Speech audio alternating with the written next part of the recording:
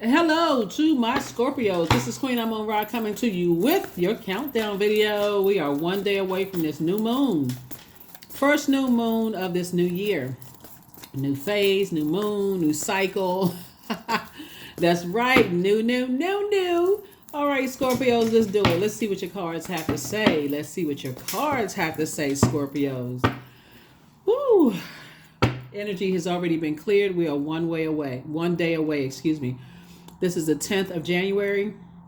The number 10 means is a number for instant manifestation, right? So are you instantly manifesting, stepping through that portal and purging those emotions that are unhealthy and wounded to a point? It's been like dragging around 100-pound weight and it's been slowing you down. You know this is the year of wealth, right, Scorpios? Year of wealth, but it's a large portion of this year. Your ruling planet Pluto is going to be retrograde, so Pluto is no joke. I keep trying to tell people. They don't want to listen until they're going through all kinds of stuff. But Pluto is no joke. Pluto is the death rebirth planet. It'll have you in an emotional roller coaster state and you'll think it's something else. But that's Pluto just doing what Pluto does. Helping you to purge and renew, right? First card out of the deck is a breakthrough. Here we have the Ace of Swords, right? So I see a breakthrough coming in. It feels like a breakdown. First, you're going to have to toss some things into a burning bowl. Here we have the Eight of Cups. Time to toss some things into a burning bowl. Here we have the Tower card. So having a Tower card, parting ways with some energies that,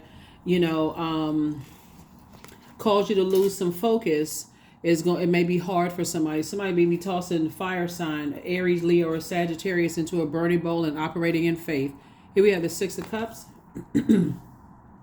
These are the same people, by the way. Same people, same dog, just so you know. This is the same person. Childlike faith, right? Puppy and the dog. Source wants you to go through this rebirth. That number 6 is in the shape of a person who is about to give rebirth, right? And it's a purging process. And so sources say that's where your breakthrough is really going to come through, is purging energies that really just don't serve your highest purpose. Something about their energy, like I said before, source has been trying to hit some like lightning strikes for somebody. Stay focused on your purpose. Stay focused on your purpose. You have a good heart. That's what source keeps trying to tell somebody. You have a good heart, Scorpio. Like, stop letting people stop letting people tell you different about yourself. So sources say you have a good heart. Like, your head and heart may be at war with each other because you allow energies that are impulsive and they jump to conclusions and just very toxic to kind of throw you out of alignment. In other words, your definition of love, trust, healing, gratitude, compassion, connection, and forgiveness are or on a totally different frequency than those type of energies. So when I say you're divinely protected, you're divinely protected. Source is saying your heart is in the right place, but when you're connected to energies that's contaminating your water, remember water is reflective, and you drinking of that water, you staying connected to those types of energies, it's gonna mess you up every single time. So I definitely see somebody taking a leap of faith. See how this person right here has one foot firmly planted and the other foot up right here? This person is taking a leap of faith. Like, you know what? I know that I was born to inspire people. I know I was born to motivate people. Motivate, inspire energies is something that I love to do.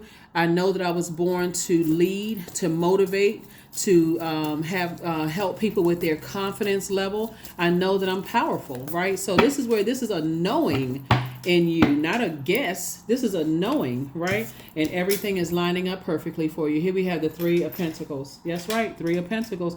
So if you still kind of fixated on allowing yourselves, your water to be manipulated, your water would mean like your emotions, your joy, your creativity, your adaptability. If you still fixated on that, waiting for something else to happen, you'll keep having tower moment after tower moment after tower moment after tower moment and tower moments actually are not bad. This is your other ruling planet, Mars, by the way.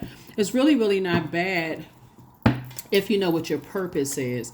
It'll feel like a tremor, right? Like, let's say it'll feel like if you've ever been in a place where they have earthquakes, it'll feel like a tremor, right? Nothing's falling off the wall. You just kind of like got to get your footing again. Oh, whoa, right? And versus if you don't know what your purpose is, it's like pictures flying off the wall and cracks in the foundation and all of this other stuff. So, pay attention to all those things. Source is saying you have a good heart, but when you're around other energies that like to manipulate people's emotions and get you all fired up and mad and burned out to a point you drinking and self-medicating and upset, don't know why you mad. Source is saying stay away from those types of energies. Here we go. 6 of Cups. Here we have the 8 of Cups. Tower card again. Knight of Cups. And we also have the 2 of Pentacles. Yep. Tower card again.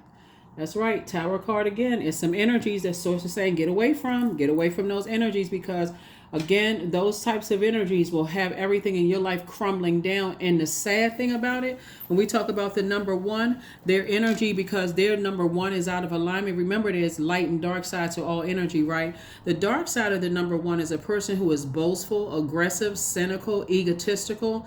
They turn to bullying other people to create this false sense of power. They have this repressed feelings of anger. They're unwilling to join forces with other people or even cooperate with people easily, preferring their way or the highway. They don't want to be told what to do.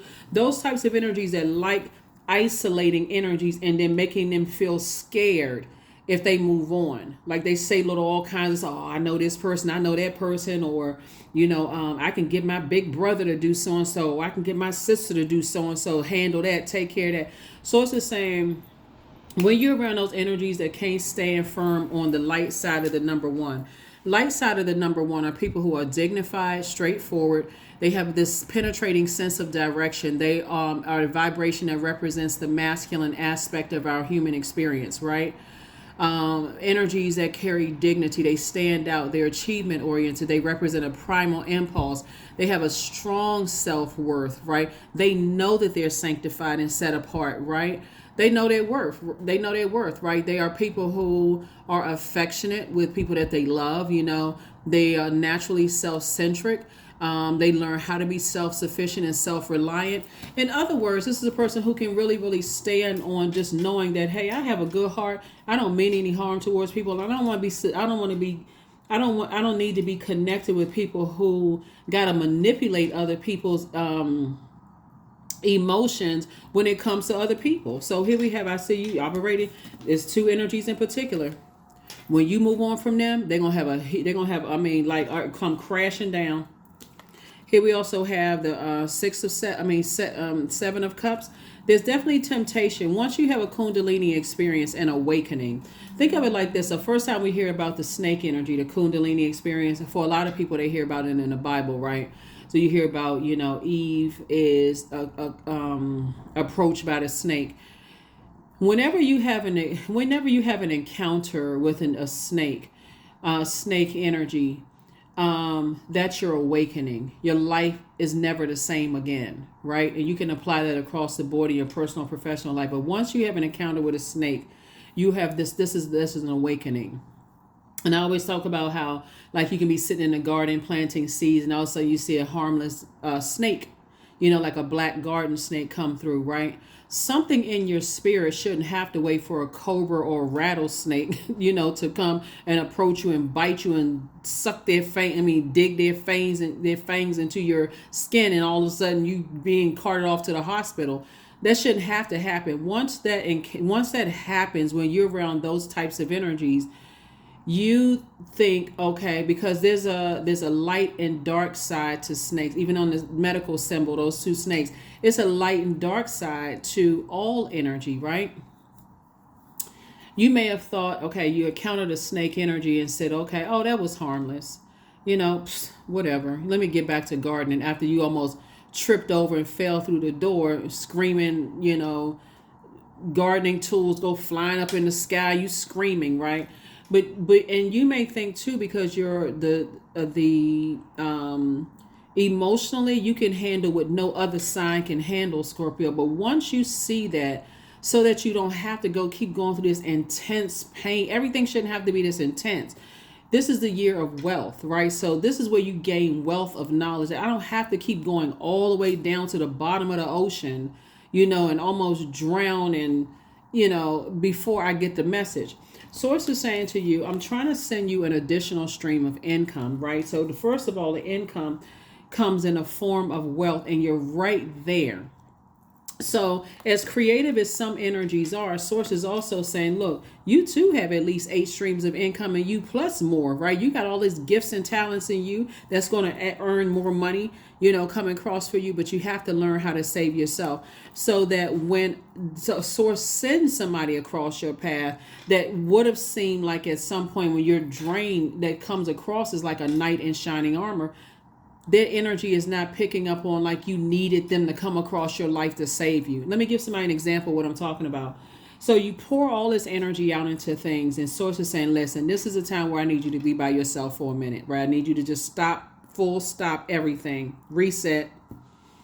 I'm going to teach you I'm going to show you what your purpose is across the board. I'm going to show you what your purpose on this planet is and the gifts and talents that you can use to help better other people's lives. But I'm gonna need some time of isolation for a minute here so I can show you some things. And this is Source. In that vulnerability, Source is saying, I got you covered on both sides, both in your personal and your professional. I got you covered. I got you covered. That could literally look like you having adult kids that make sure your bills and stuff are being paid, if that's the situation. It could look like if you were a youngster, a younger person, over 18, out on your own, your parents are like, I got you covered financially. I just need you to find your way on this planet. This could mean your siblings like, okay, I got you covered, while you trying to find your way. Because you by yourself, you're trying to get your thoughts together. I'm trying to, whatever. And Source is saying, in that time, I'm downloading purpose into you. I'm letting you know why you had to go through this range of emotions, the depth of those emotions, right? So that when you come out of it using all these gifts and talents that you have that created a different life for you, you're like, oh my God, that's when somebody's going to meet their actual energy. That's when you meet your person. That's when you meet your energy, right? So that is what I have for you all. That's where the breakthrough comes in. So your knight in shining armor is not coming to save you financially. They're not coming to save you, in any other way, because they're not their savior. They're coming to add fresh water into your life. And so you don't come across as a person who is desperate for joy and desperate for creativity or desperate for fertility or sensuality. You're not desperate. So that is what I have for you, and I will see you all on tomorrow. Bye.